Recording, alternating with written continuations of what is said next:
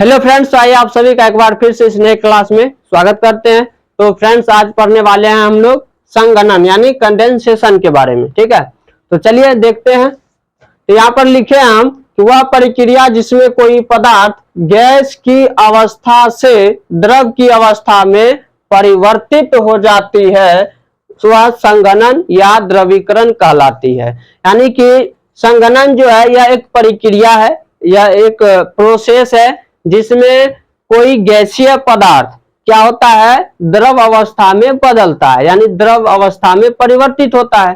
तो संघनन में करते क्या है, तो संघनन में गैस को ठंडा करते हैं। ठंडा करने का मतलब है कि गैस का तापमान जो है वो कम करते हैं।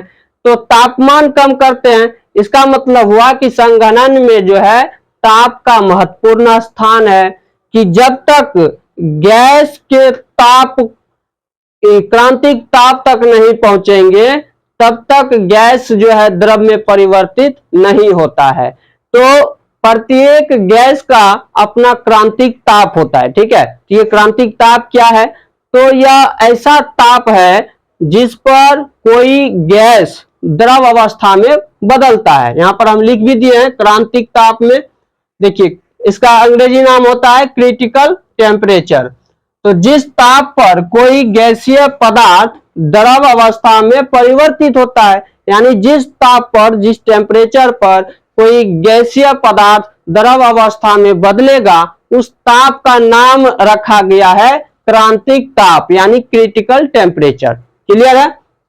और यहां देखिए लिख दिए हैं एरो देकर कि प्रत्येक गैस का अपना क्रांतिक ताप होता है, यानी जितना गैस है सभी का अपना अलग अलग क्रांतिक ताप होता है, क्रिटिकल टेम्परेचर होता है। क्लियर है बात।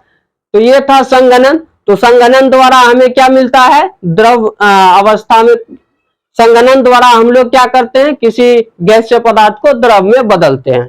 बस यही है संघनन। क्लियर है। तो अब हम लोग पढ़ेंगे क्या, अब पढ़ेंगे द्रव का हिमांक। क्या पढ़ना है, हिमांक यानी फ्रीजिंग पॉइंट।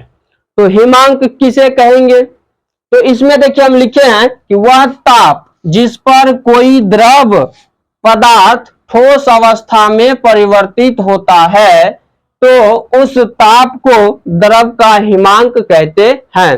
तो द्रव का हिमांक यह भी एक ताप है। ठीक है, यह भी एक विशेष ताप है जिस ताप पर कोई द्रव जो है ठोस में बदलता है।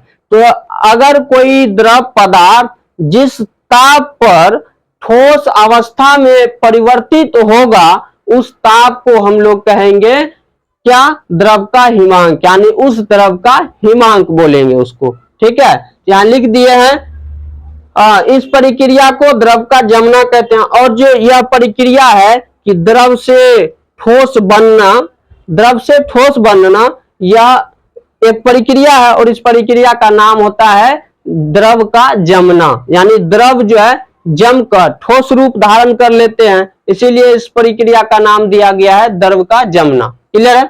तो इस तरह से अभी हम लोग समझे क्या, संघनन के बारे में और द्रव का हिमांक।